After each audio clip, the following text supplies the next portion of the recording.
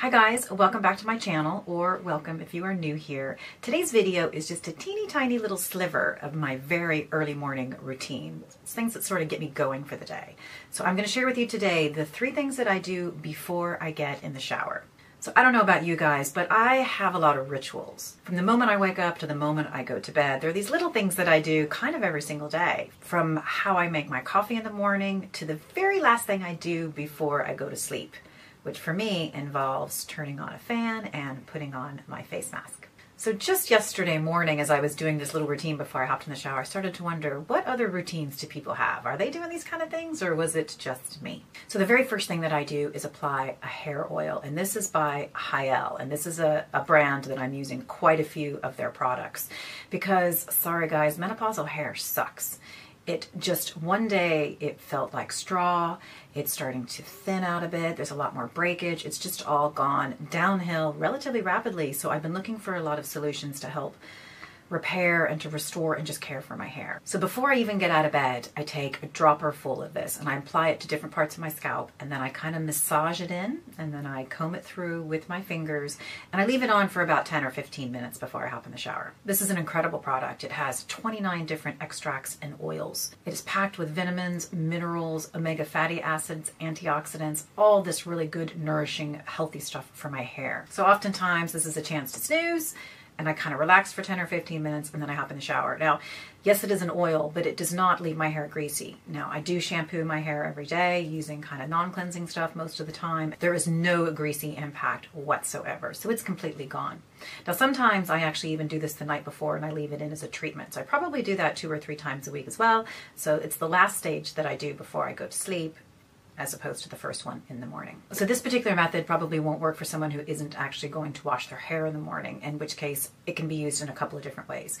And I've used it in all of these ways, in fact. So if instead you wanted to introduce this product when you get out of the shower, it's a great sort of pre-styling product that really, really softens and protects the hair, so it can be used as a heat protectant as well. And another way you can use it is as a finishing product. So it helps tame the flyaways. So after you've styled your hair, you put a little bit of this sort of mid-shaft down, and it smooths everything out. So this is just a fantastic product. And in fact, it's only one out of a couple of products I'm using every day by the range. And it's definitely worth checking them out. So the second item I use every day before I get in the shower is a pumice stone. Now, I have kind of an obsession with feet, and that I like them to be tidy because they're always on display, my feet anyway. I wear flip-flops, I don't know, 10 months of the year. As long as it's not super cold or pissing down rain, you will see me in flip-flops. I just find them the most comfortable shoe in the world. But as a result, when you have your feet out on display all the time, they tend to get mucky a little bit faster. So for me, it's about the sort of the hard skin that formulates for me on the big toe, and that's sort of the area around the heel. And I can't stand the crusty feet. I just think it's nasty. So every day I use the pumice stone just to soften those edges and to kind of smooth out the dry, hard skin before I get into the shower. Now, I used to keep it in the shower, and I would use it on wet skin, kind of like what they do when you get the pedicure, which I do every month. But I found by just making this one change, it was actually getting off a lot more of the dead skin. So it doesn't take long, 30 seconds a foot on those kind of key areas, and it makes my skin so much smoother. So now it lives outside of the shower instead of inside of it. So the last thing that I'm doing every single day before I get into the shower is dry brush. And this is a relatively new addition to the routine. There are so many benefits to using a brush on dry skin before you get in the shower. So the first is exfoliating. Now, I probably don't exfoliate nearly as regularly with my body as I do with my face, and that's something I've realized I needed to really step up. This is fantastic for unclogging those pores, and when you do the dry brush before you get in, when you get into the shower, it gets rid of all the dead skin, and then you're nice and clean and smooth. So dry brushing is also really good for circulation. It is for getting the blood pumping, and it kind of wakes you up and gets you moving, and it also helps with lymphatic drainage. So another benefit of dry brushing is that it reduces the appearance of cellulite. And I don't know, most of the ladies, we got it. But there's no scientific evidence that says that it actually breaks up the fat deposits. However, that by increasing blood circulation and helping with lymphatic drainage, and it also sort of helps to plump up the areas, it definitely reduces the appearance of cellulite.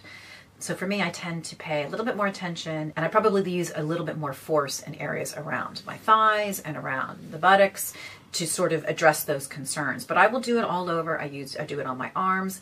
I don't do it on areas that are highly sensitive. I do not do it on my chest. I will use a chemical exfoliant instead for these areas because they're delicate and the skin is sensitive. But everywhere else, as far as the stomach, my back, my thighs, my legs, my arms, everywhere else gets a pretty decent scrub. Now, you don't want to damage your skin. You don't want to do it too hard. You don't need to do it too hard. But it's just a nice way of getting things going in the morning and eliminating some of that dead skin, and it just leaves your skin super, super soft. So those are the 3 things that I'm doing every morning before I get into the shower, and I find that they pay dividends just by taking, gosh, it probably equates to 2 minutes in total, 1.5 minutes. I find that my skin is softer, my hair is better, my feet are looking good, that just those 3 things that I've added into my routine have made a huge difference. So what about you? Do you have any of those little rituals, particularly in that sort of beauty space? Do you have any rituals at all of any kind? I mean, I could talk to you all day about how I take my coffee. And I think we all have these little scripts in our daily lives that bring us joy or just help things work a little bit better. So I'd love to know what yours are. Leave them down in the comments below. And that is it for today's video. I hope you found it interesting. Thank you so much for joining, and I'll see you at the next one. Bye.